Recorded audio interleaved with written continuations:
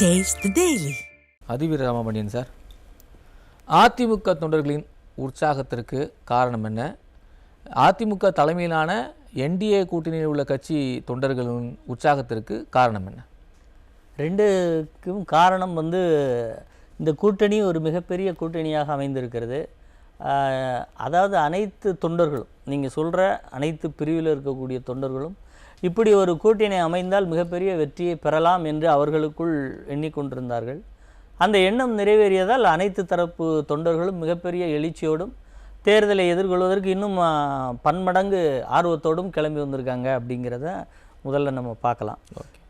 இதில் இன்னும் குறிப்பாக சொல்லணுன்னா, அமமுக அதிமுகவுக்கு இடையே ஏற்பட்டிருக்கிற இந்த ஒரு ஒருமைப்பாடு என்பது ஒரு மிகப்பெரிய அளவில் தேர்தலையும் எதிரொலிக்கும். ஏன்னா கடந்த சட்டமன்ற தேர்தலை பொறுத்த வரைக்கும் வெறும் 43 தொகுதிகளில் அதிமுக வெற்றி வாய்ப்பை இழந்தது, ஆட்சி அமைக்கக்கூடிய வாய்ப்பை. அந்த 43 தொகுதிகளில் மிக மிக குறைவாக வாக்கு வித்தியாசத்தில் இழந்த தொகுதிகள் என்று எடுத்துக்கொண்டால் அந்த தொகுதிகளெல்லாம் அமமுகவினுடைய வாக்குகள் ஒரு கணிசமான ஒரு வாக்குகளாக இருக்குது. அப்போ அந்த வாக்குகளை எல்லாம் மீண்டும் அதிமுக கூட்டணிக்கு கொண்டு வருகிற போது வெற்றி என்பது மிக எளிதாக இருக்கும் என்பது எல்லோரும் போடுகிற கணக்கு. இப்போ இதில் ஆல்ரெடி தேசிய ஜனநாயக கூட்டணி தனித்து அவர்கள் நின்றபோது அதிமுக தனித்து நாடாளுமன்ற தேர்தலை சொல்கிறேன், நாடாளுமன்ற தேர்தல் பேட்டர்ன் வேறவாக இருக்கும்.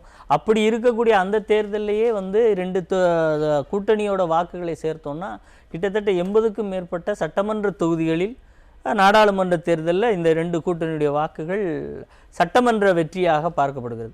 அப்போ சட்டமன்ற தேர்தல் வெற்றியோடு அமமுகவினுடைய இந்த நிலைப்பாடு, இப்போ அதிமுகவும் அதாவது எதிர்க்கட்சி தலைவரும் டிடிவி தினகரன் அவர்களும் பேசிக்கொள்ளுகிற பரிமாறிக்கொள்ளுகிற அந்த விதம், அது பேச்சில் ஒரு மாதிரி மிக தெளிவாக இருந்தாலும் உடல் மொழியிலும் இன்னும் ரொம்ப ஒரு அம்மாவின் ஆட்சியை அமைக்க வேண்டும் என்கின்ற எண்ணத்தின் அடிப்படையில் தான் நாங்கள் இந்த கூட்டணியில் இருக்கிறோம் என்பதை வெளிப்படுத்திய விதமாக இருக்கட்டும், அனைத்தும் தொண்டர்களிலிருந்து தலைவர்களிலிருந்து கட்சி நிர்வாகிகள் என அனைவரும் ஒரு மிகப்பெரிய மகிழ்ச்சியும் எழுச்சியோடு பார்க்கக்கூடிய நிலைமையை இன்னைக்கு பார்த்தோம். ஏன் இதை நான் குறிப்பாக சொல்கிறேன்னா, நேற்று நடந்த நேர்காணலில் தூத்துக்குடி போன்ற மாவட்டங்களுக்கான நிர்வாகிகளை நேர்காணல் கண்டு பேசுகிற போதும் அங்கிருந்து வெளியே வந்தவர்கள் சொன்ன அந்த செய்திகளை பார்க்கிற போது இந்த முறை தெற்கு மண்டலத்தில் உள்ள அனைத்து தொகுதிகளையும் நாம் வென்றெடுக்கக்கூடிய அளவிற்கு இந்த இணைப்பு, இந்த ஒற்றுமை, இந்த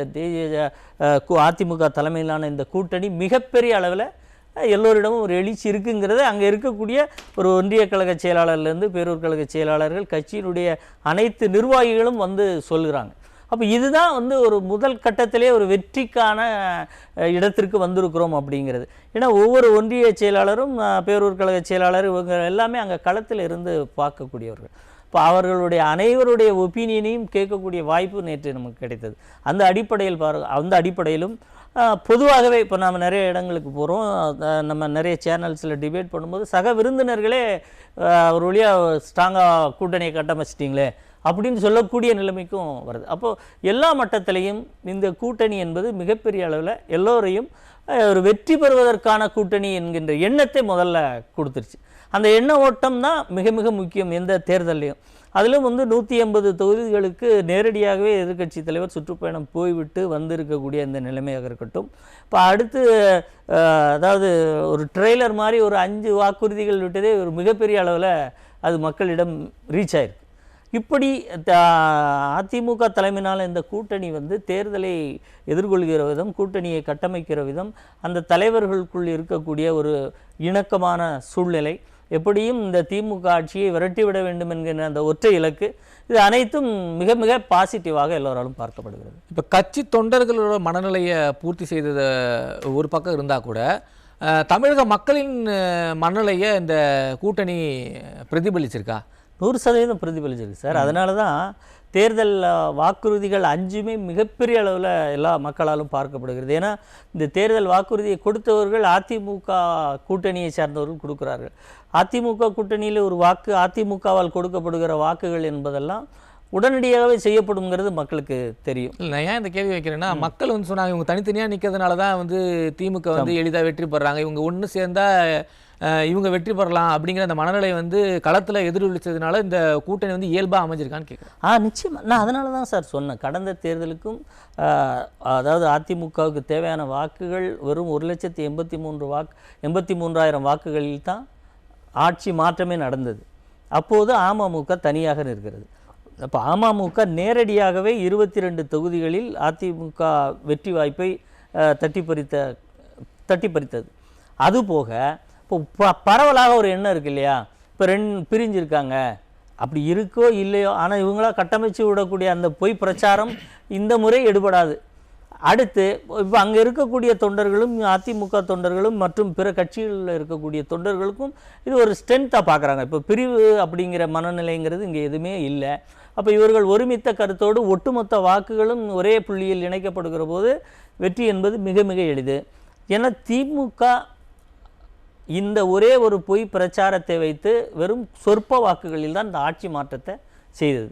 அப்போ இப்போ எல்லோரும் ஒரே மேடையில் வந்து அமர்கிற போது டிடிவி தினகரன் அவர்களும் எதிர்க்கட்சி தலைவர் எடப்பாடியார் அவர்களும் ஒரே மேடையில் அருகருகே அமர்ந்த போதே திமுகவுக்கு அல்லு விட்டு போச்சுன்னு சொல்லுவாங்க பாருங்கள், அந்த மாதிரி.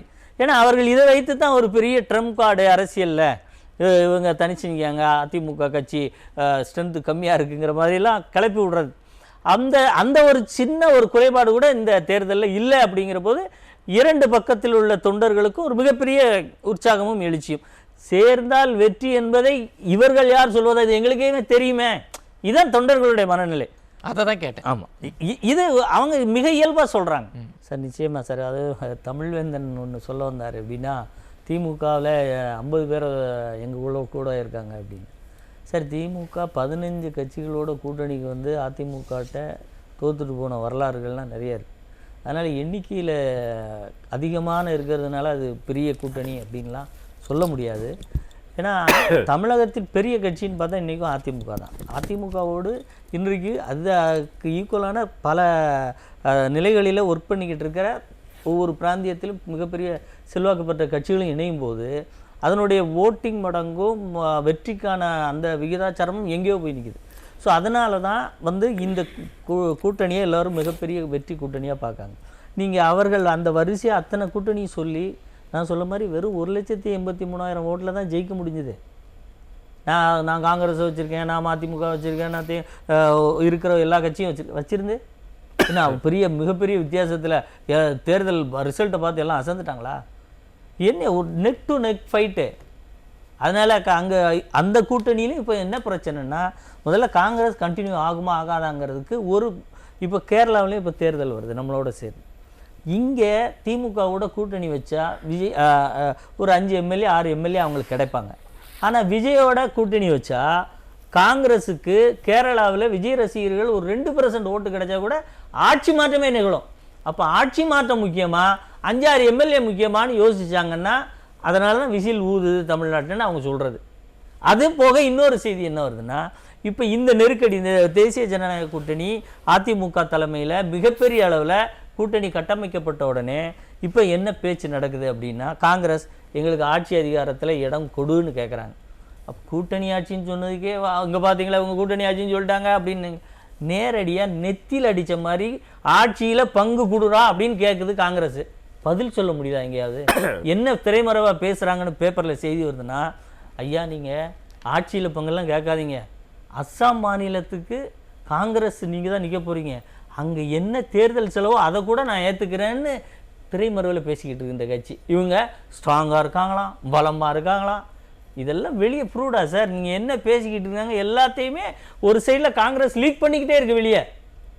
அப்போ இதிலேருந்து காங்கிரஸ் ஒரு விஷயத்தில் மிக தெளிவாக இருக்கிறது, இந்த 5-6 எம்எல்ஏக்களுக்கெல்லாம் நாங்கள் இந்த தடவை இங்கே உங்களோட இருக்க விருப்பம் இல்லைங்கிறத பல இடங்களில் பல முறைகளில் சொல்லிட்டாங்க.